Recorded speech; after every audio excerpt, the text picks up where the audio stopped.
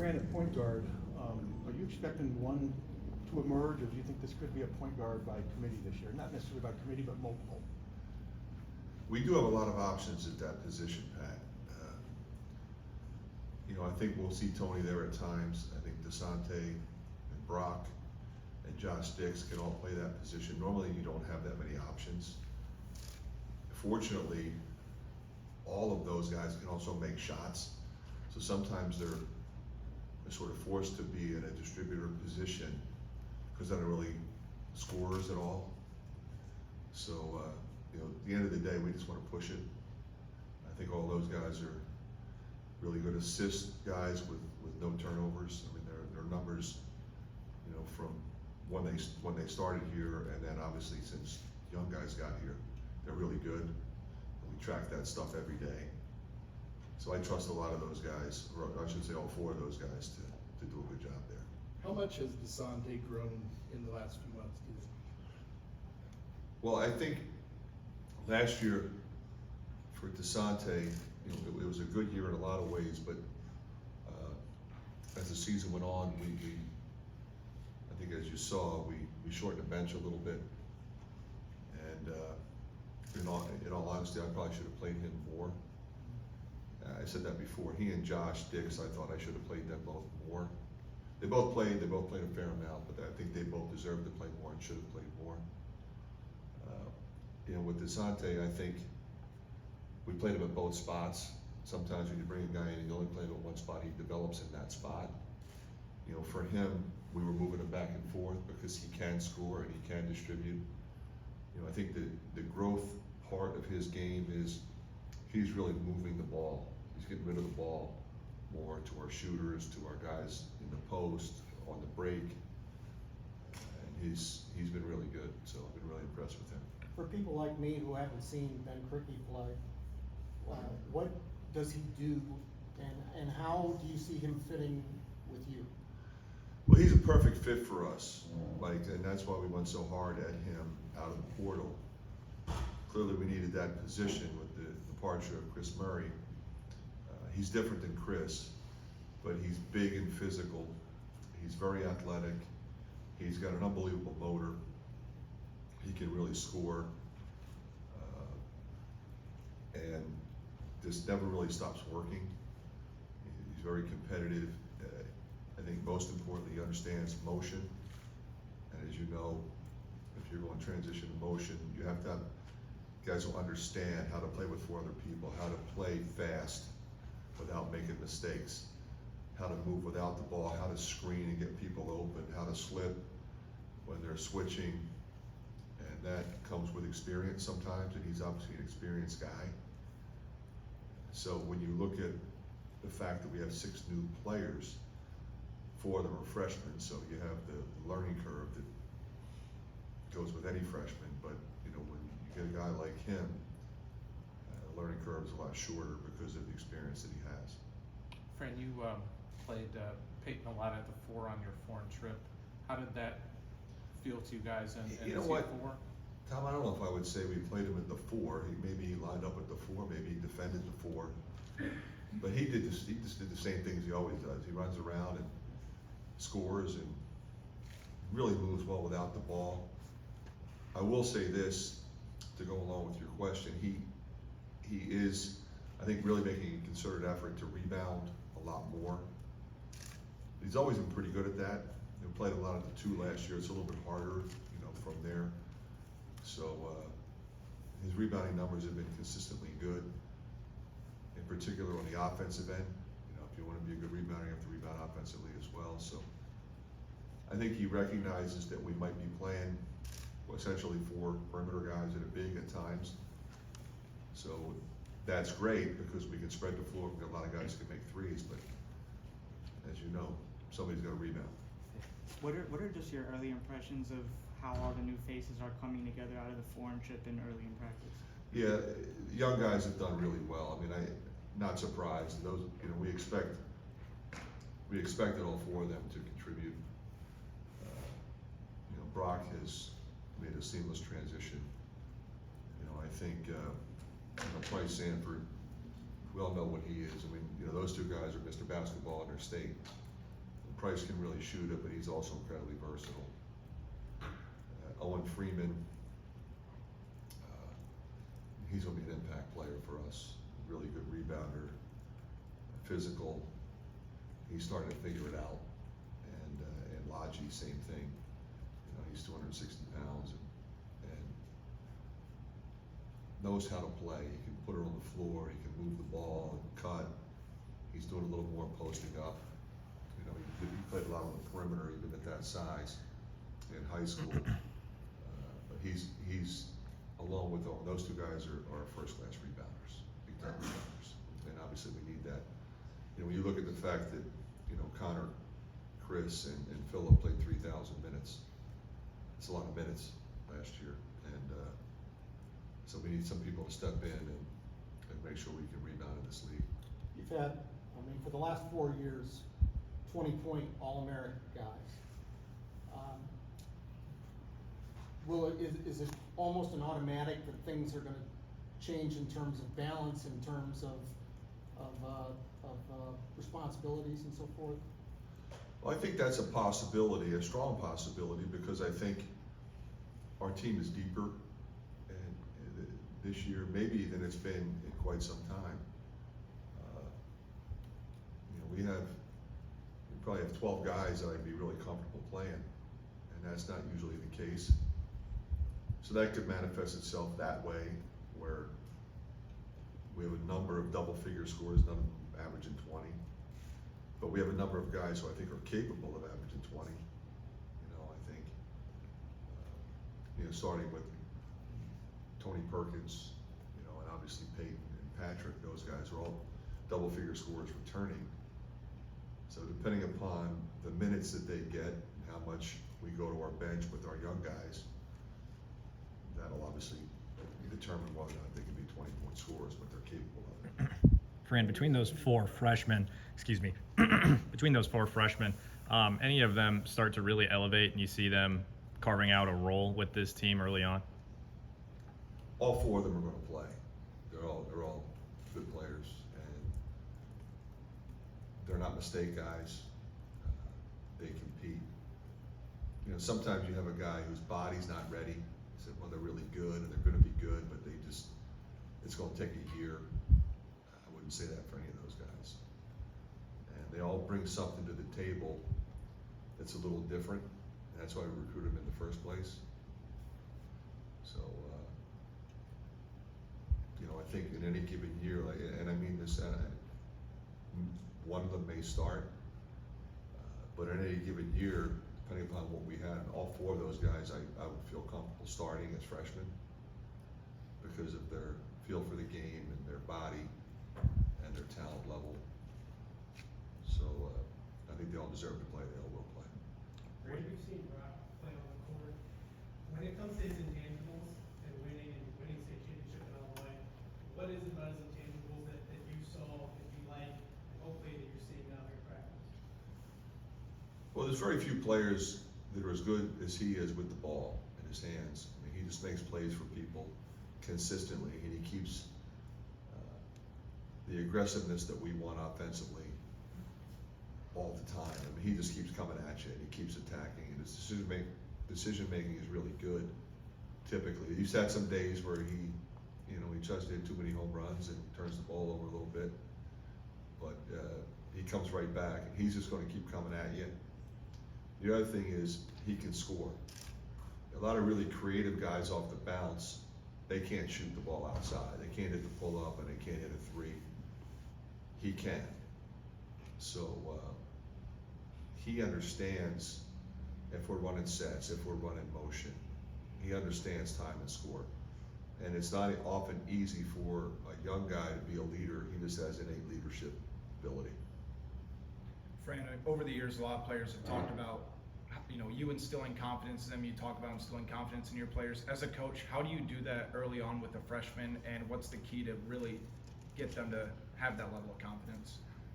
I think the most important thing, when they first get here, it's new, and you have to be patient. And that's the great thing about, when the rules changed and we could start doing things in June, we could get those young guys ready. Like, there's no screaming and yelling in practice. It's teaching, We're gonna get better, we watch film together, and they learn, and they grow, and they develop confidence because they're not on edge. That if I turn the ball over, I'm gonna get yelled at. If I miss this shot, I'm gonna get yelled at, or I'm gonna get yanked. The only thing we will address, was it a bad shot? If you took a bad shot, well, that's gonna be addressed. But if you're open, and as you know, I don't really care what the shot clock says. If you're open, shoot the ball. In the last 4 minutes, things might change. Now we gotta think, we gotta think a little more time and score, protect the lead, or go to our late game package if we're behind. But I stay pretty positive with them, they stay pretty positive with themselves. I will oftentimes correct them if they passed up a shot, if they passed up an opportunity to attack. If I felt at any point in time that they were getting tentative, I would address that. Just as directly as I would somebody who made a mistake. So I think everybody's comfortable in their own skin in this environment. And obviously as we get closer to the first game, there becomes a little bit of a greater sense of urgency to do exactly what we need done. But when you play the speed that we play and we're trying to score in the 90s, there's gonna be some mistakes. But as you know, a couple of years ago, we led the nation in assist turnover ratio. Connor did it twice. We're going to shoot more free throws than our opponents attempt. We're going to make more free throws than our opponents attempt. So that style is going to, create some situations where guys might, go off script a little bit. But if you don't have the luxury to do that, you'll never be the best version of yourself. And that's my responsibility to get them to play with supreme confidence. What are you expecting from Tony Perkins this year? Well, I expect a lot from Tony, and I think he expects a lot from himself. We've had really good leaders in the last couple of years, whether it be, Luka or J-Bo or Connor. Chris and Keegan in their own way, they were both more quiet, but incredibly hard workers, incredibly consistent, and played like veterans even when they were young. So who's going to do that this year? It's going to be Tony, Peyton, and Patrick. There are 3 veteran guys, and so that's what I need Tony to do, especially if he's going to play some at the point. Fran, How have you seen some growth out of Tony and Patrick with this being their senior year last year in the program? Yeah, well, they both have another year after this if they want it, so it's the new world. But they're mature guys. They're smart kids. They want to win. They both have competed in a program that had a winning culture. Even when Tony wasn't playing as much his freshman year, we still had Luka and Weezy and those guys who were a high seed, and he got a chance to experience all that. How do you conduct yourself in practice? How do you conduct yourself in the off season? How do you handle a loss? How do you handle a bad night? You had a bad night. And then how do you help those young guys get through that? At some point you're gonna have a stinker. How do you respond? How do you come back from that? And sometimes it's more important that those guys do it than the coaches themselves. You hear it from your teammates, and Patrick and Tony have been really lucky. They've had great examples. I mean, Connor was really good for Tony.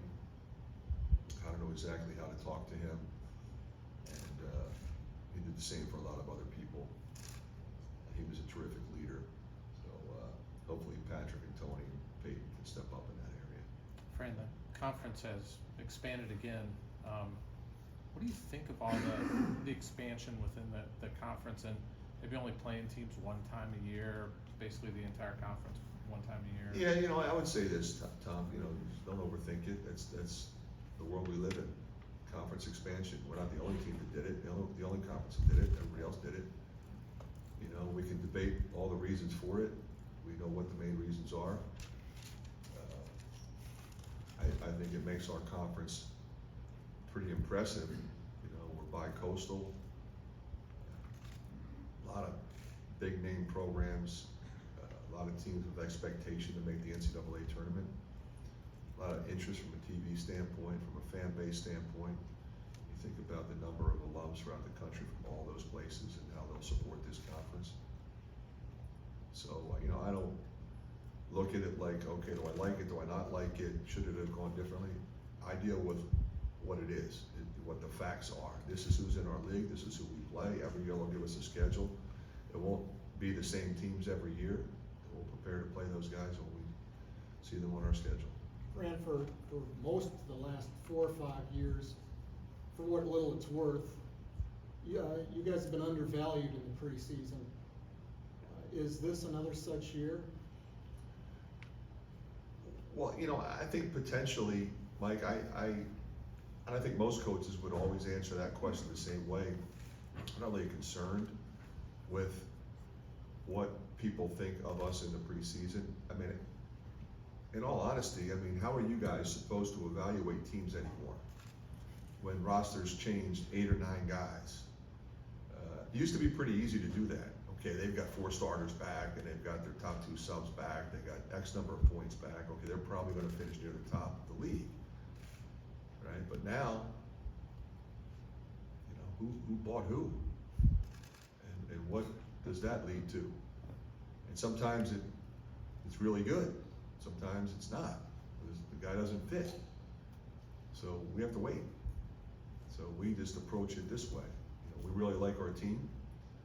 I have a tremendous sense of maturity in that locker room. We've got a lot of different guys who can play. We have a lot of different guys who bring different things to the table. Oftentimes when you're not maybe thought of as much is because they don't think you can score. But we're not gonna have a problem there. We can score. We've got a lot of different guys that make threes. We have way more size than we've had probably in the last 5 years. So we should be able to rebound pretty well, which obviously triggers the break. So I feel really good about this team. How important is it to always maintain that experienced core of players in this time of transfers? I think it's really important because those guys remain in your system. You can sign a bunch of old guys that come in and they're all playing as individuals. They all sought something in particular that they were not happy about where they were. I'm gonna get more shots, I'm gonna be the man, and then all of a sudden you're not, and you have no chemistry and camaraderie in the locker room, and everybody says, boy, I thought that team would be better. They weren't a team, they were a bunch of individuals. So I think if you have a veteran group coming back, and you have some veteran guys, maybe if you have some veteran guys that played but will now play more, it's certainly a lot easier, especially when you're trying to implement a system. Coach, you mentioned Payne Sanford might be one of those guys that can really step up in his scoring and his role on the team. What about his game and what you've seen lately makes you believe that? Well, he's got a complete skill set, and that's why we recruited him in the first place. He's always been a great shooter. He was recognized by our league as 6th man of the year. That's a really impressive thing to have on your resume. So our league is so good and it's so deep. I think you could look last year and say, there's probably 3 or 4 games that you could argue that he won for us almost by himself. That's impressive as well. So, he's physically in a really good place. Now he's in year 3 with going through the lifting cycles. So his body's in a good place. I think he's very confident in himself. And we need him to be special this year, and I think he expects that of himself. Fran, just looking at Logi, just watching some of his film, he just seems like there's a certain uniqueness to his game and maybe a different style of player than you've had maybe in the past couple of years. How would you describe Logi for people who, a lot of people haven't even seen him play?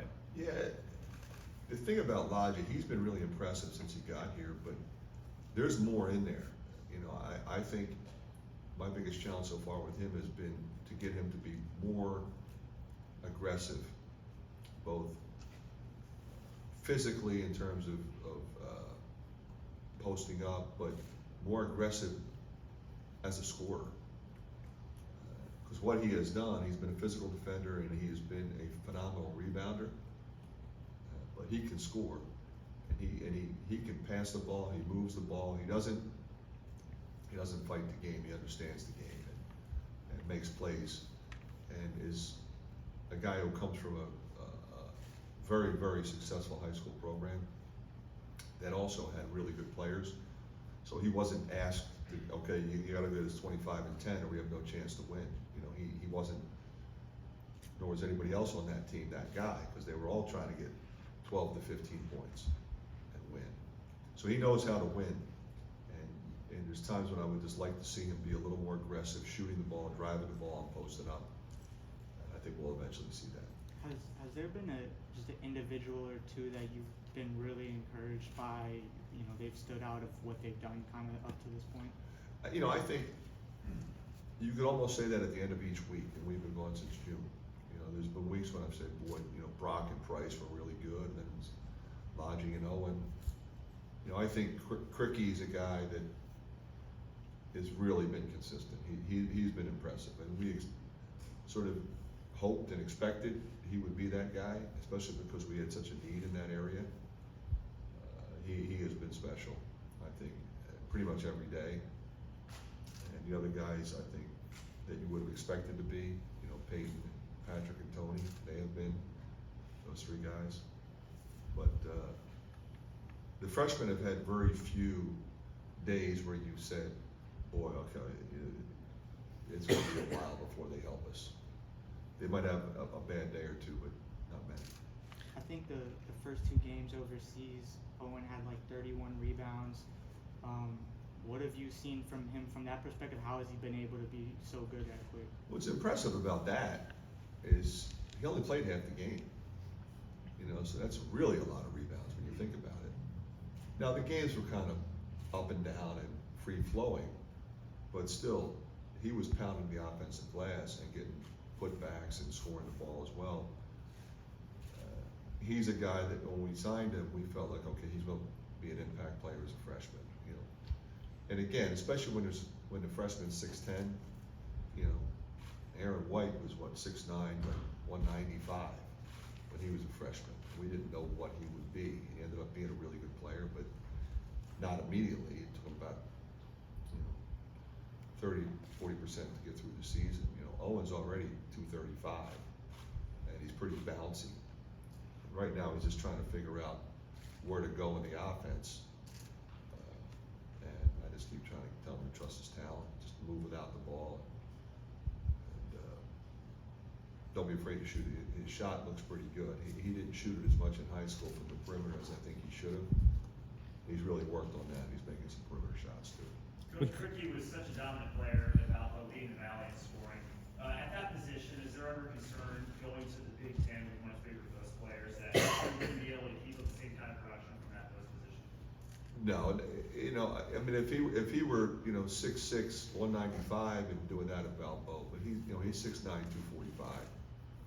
There's not many guys any bigger than him in our league, and he's quick, and he's smart, and he's tough, and he's aggressive. And to be honest with you, I think it'll actually be easier for him here because he got doubled and tripled way more there than he will here. You mentioned Tony and Patrick could come back. How do you handle those conversations? Obviously, one of them will be with your own son, but Yeah. and how soon do you need to know? Because you're out also filling out a recruiting class. Yeah, you know what? I think that's a very fair question, but one that, you know, doesn't really have a direct answer because, you know, I'm not going to sit down Tony and say, hey, what are you going to do 2 years from now? You know, it's like I need him to play well today in practice and be ready to lead this team. Same with Patrick. And you're right, that could potentially present problems. The season ends and they both say we're just going to go play professional basketball somewhere, even if we're not drafted in the first round. Or, you know, we're going to go shop ourselves and try to make money at another university that's paying a lot of money. And that's not something it was not a conversation we would have had 5 years ago, but it's reality. So, you know, I just, it's not something I want them obsessing about. It's not something that I'm going to obsess about. If they're here, that's great. If they go somewhere else, we'll get somebody else. With the mixture of the youth and the experience, have you seen that chemistry grow quite a bit since June, and how do you emphasize and I'm trying that? to mix the lineups up a little bit so that they're not always playing with the same guys, because that's what's going to happen when the season starts. We're going to be be rotating different positions. We'll go big, we'll go small. We might, have a bunch of young guys out there at some point in time. And I have had the young guys together some, and they've competed well. Time for one or two more. Fran, it seems like, just reading between the lines, that the freshmen have really done a good job playing alongside one another. The transition's been really good. It helps that, Owen and Brock play on the same high school team. But when you're out recruiting and planning out your recruiting class, how important is it amongst you and your staff to really have conversations about, okay, this might be a better fit for the guys that we already have committed, or what's your kind of approach to that? Well, we're always looking for a fit. Not to say that you wouldn't sign a guy that had a particular skill that was separating him from everybody else. Maybe they just have tremendous athletic power, or they just have phenomenal speed and quickness. But the style that we play, we need versatile guys that can dribble, pass, and shoot, play more than one position, defend more than one position. So we tend to shift more in that direction in the recruiting process. That said, if you do have, like last year, for example, we knew Connor, Chris, and Phillip were going to be gone. Connor and Chris had no eligibility left, and we knew Chris was going to go in the first round. So he was not staying here. So that made it a little bit different in terms of how we approach recruiting than maybe we will this year. You mentioned NIL. How much specifically for you and your staff, how much of a challenge is that to make sure that guys don't go somewhere else because they're having money thrown at them? And is there any way you can combat that, I guess? It's really hard to combat if a guy really wants to shop himself, because there's nothing to preclude him from doing that.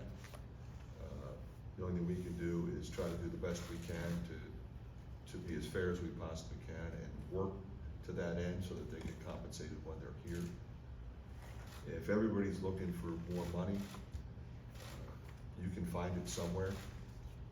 It's the flaw in the system as we sit here today, but they haven't fixed it, so that's the reality that we're dealt with. But I think it's possible you would always lose a guy potentially because the money is so dramatically different. But I also believe if you take care of your people, they'll have some sense of loyalty and want to stay, and that's how we're going to approach it. All right, thank you.